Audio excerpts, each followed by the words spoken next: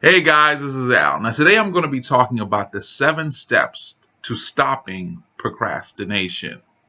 A lot of times people have goals that they're trying to achieve, but it's taking them a long time to get to their goals.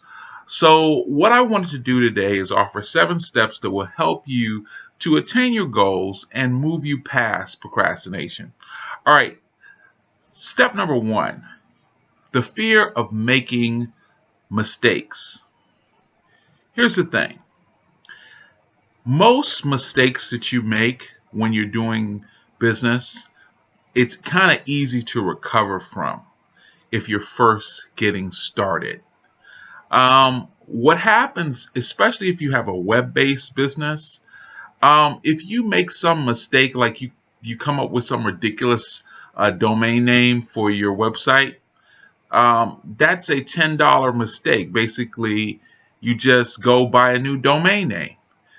You can keep the same hosting, and then you can just transfer all the files over, and then it's basically fixed, and just rewrite the domain name in your website, and you're done. Okay? Online, it's very hard for you to make a catastrophic mistake. Okay, you have to be trying really hard to make a catastrophic mistake. So you don't want to spend a whole lot of time worrying about making mistakes or failing, and that keeps you from making any decision at all. So you just want to move forward, and if something happens where you find out that you made a mistake, look at the mistake, learn from it, and start over again. Start with a new name. Start with a new telephone number. It's easy. Just do it. All right. Number 2, trying to know everything. That's another problem. What happens is people spend all this time trying to know everything about their business, about their industry, before they get into it. There is no way that you can know everything, every nuance, every change, every form, everything that you need to know before you get into trouble. The main thing you want to make sure is that you are licensing compliant, so that you make sure that the state that you're in does not require a license for what you're trying to do, or any type of special permit or something like that. You need to make sure that's taken care of. But you're not going to know everything about your marketing. You're not going to know everything about your clients or what they like. You're going to have some idea, but you're not going to know everything. So don't let knowing everything be the criteria by which you say you're ready to start. Okay? Because that's not going to happen. All right. Number 3, team focus.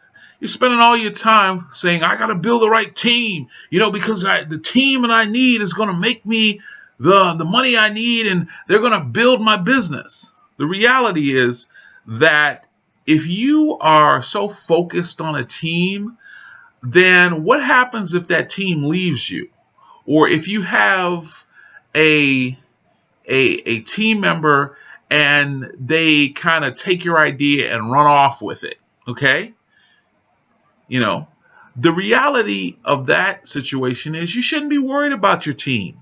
A lot of times you want to test out people, give them small assignments to do. Don't try to hire people right off the bat. There are several ways that you can get the talents of people without them being on your quote unquote team, because especially if you're an entrepreneur, you don't need to have a whole bunch of people on your team. That just creates an HR nightmare for you. So, skip it. All right, next. 2, money focused. A lot of people, they have this idea of a certain amount of money they need to collect, or they need to have, or they need to have as backup before they start doing what they're doing. If money is the problem, you need to be creative to think your way around money. Several years ago, I started a company, and I had a very limited budget. I knew what I wanted to do, but I didn't have the money to pay people to implement what I was trying to do. I started a web video production business. Now, knowing this, that years ago I didn't know nothing about web video production. Not like now, where I pretty much know pretty much everything there is to know about web video production. But what happened was, years ago, I didn't know anything. I knew that I wanted to start a web video production business. I didn't have a team. But what I did was I decided that I was going to do something totally different.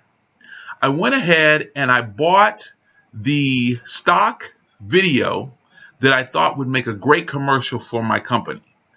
And I ran a contest. Basically, I put it out on Craigslist and I said, hey, look, whoever puts together the best commercial will get the work for our company. And then so people came, they created their video commercial based on the content that I gave them. The two best guys, I actually funneled all my work to them, because when people saw the commercial, they thought that the company was awesome. And then they would call and order the web videos, and I just gave the work to them. Now, I got to keep the lion's share of the money, but I had no skills. It was just basically coming up with a way around the problem. And they basically worked for me for free because I was able to give them work and test their skills. So a lot of times what you're looking for as far as the money is not necessary. You've got to find a creative solution around that. And then you have to learn to use the internet in a new way. For example, I'm always, when I do a search online, I do a search for stuff that's free first. Then if I can't find something that's free that works for me, I type in the word wholesale. And then usually I can find it between free and wholesale.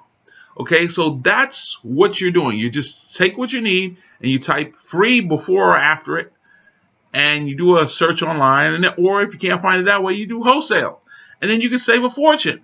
All right. Now, as far as the talent goes, you don't need money for talent. A lot of people will work for you just because you are giving them something that they don't have, which is exposure, so they can get more clients and so on and so forth. So don't be money focused, be idea focused. All right. Now, not knowing when to start. That's number 5. People, a lot of times, you just are paralyzed because you don't know where to start. You have no clue as to where to start. And so you don't start anything. Well, here's the thing. What I say to that is start with something small. Okay? Come up with your business name. Check that off the list. Then come up with your business telephone number. Check that off the list. Then go get a business bank account. Check that off the list. And then keep going from there. It's like, or if you have no idea of what type of business that you are going to be in, you don't know what type of business you should start, then my advice to you is do reverse engineering. What does that mean? This is what it means. It means first you want to look at your lifestyle, or the lifestyle you want to have. And you focus on businesses that give you that kind of lifestyle. If you're the type of person that likes to go out and drive in traffic and hang out and go to meetings and stuff like that, then you pick something that does that. If you're a person like me who hates driving and going out and fighting traffic and stuff like that, then you pick a business that works for you, where you can just pretty much do everything from the comfort of your own home. And that's what you do. Now, the other thing is you have to look at it from the economic standpoint. A lot of things that you're doing, you have to ask yourself, reverse engineer it, and you say, well, what do those people get paid to do that? What are those jobs that you can do from home that pay you well? So you start thinking about those things first, and then once you start thinking about those things, then you have a clearer understanding of what actually you can do. Okay, so you want to work backwards, reverse engineer the lifestyle that you want to have.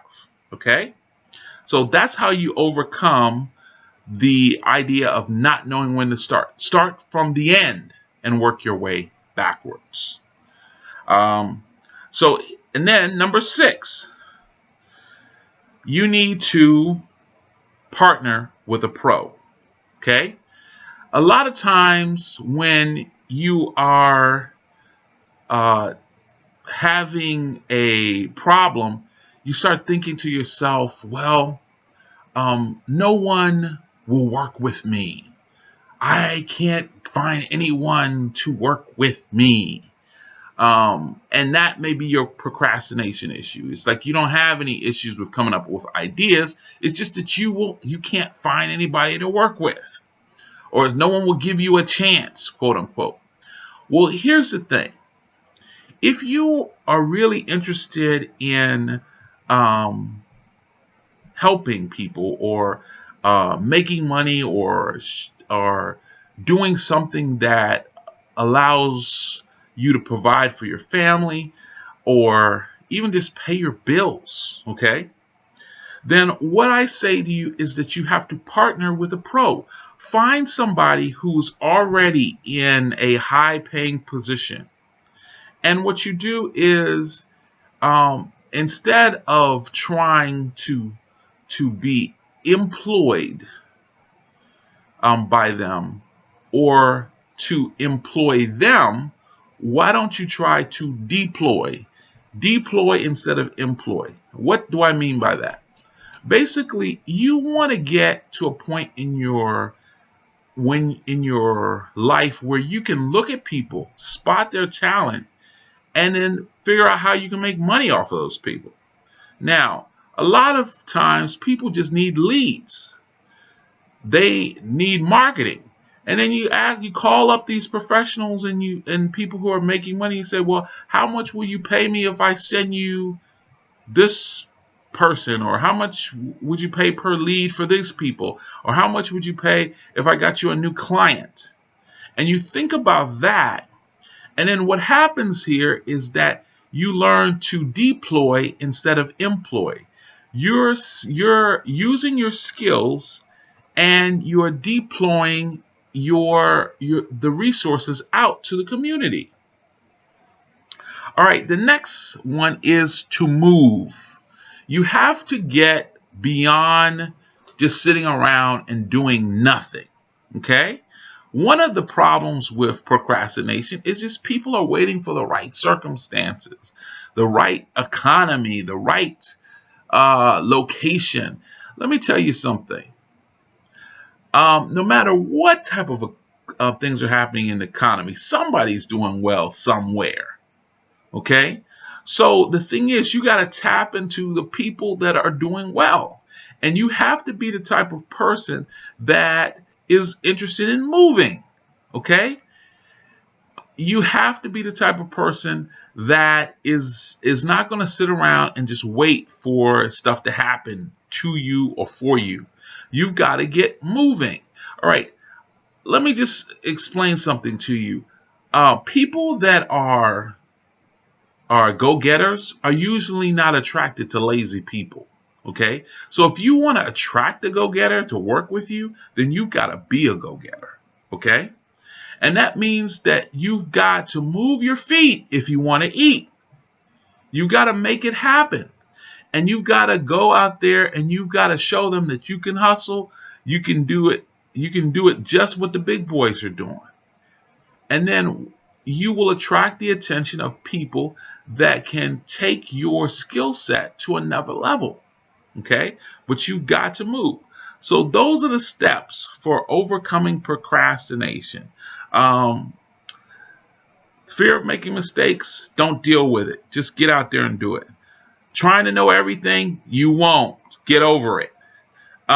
Two-team focus, you don't need a team.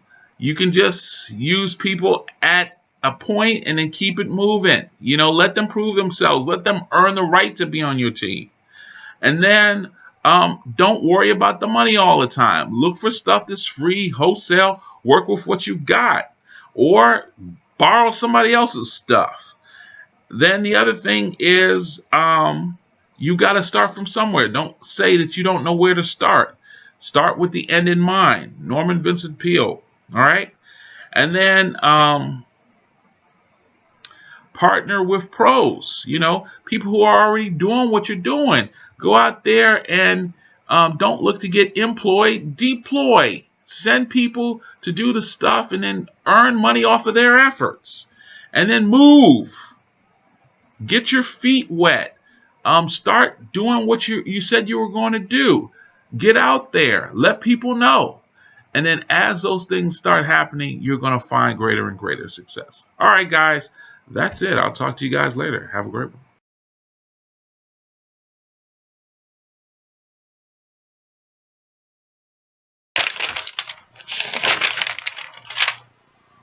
Oh my goodness. You people are still here? The whole point of the video was to stop procrastinating. Subscribe to the channel. What is wrong with you? You know how long it took me to make that video? Give me a break.